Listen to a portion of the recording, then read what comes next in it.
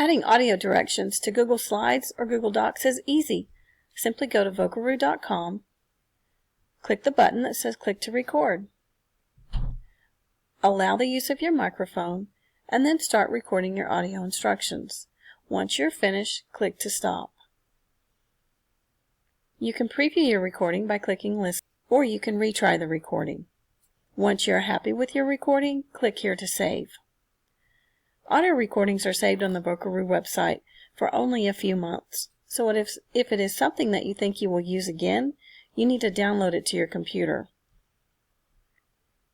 They provide a link that you can share through email or link into Google Docs, but if you prefer to download, click the Download as MP3 link. Then click the Download arrow, and the file will be downloaded to your computer. You then need to upload your audio recording into your Google Drive. I've created a folder called Audio Files. You then click New, File Upload, browse to the folder that has your downloaded MP3 file in it. Typically that is in your Downloads folder. Select the file, select Open, and your file will be uploaded into your drive.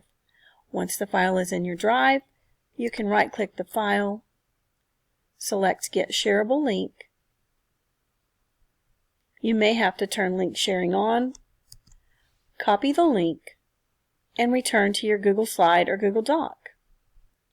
Highlight the text that you would like to link the audio instructions to. Click the link button, paste your link, and click Apply. Your audio instructions are now linked to your Google Slide presentation.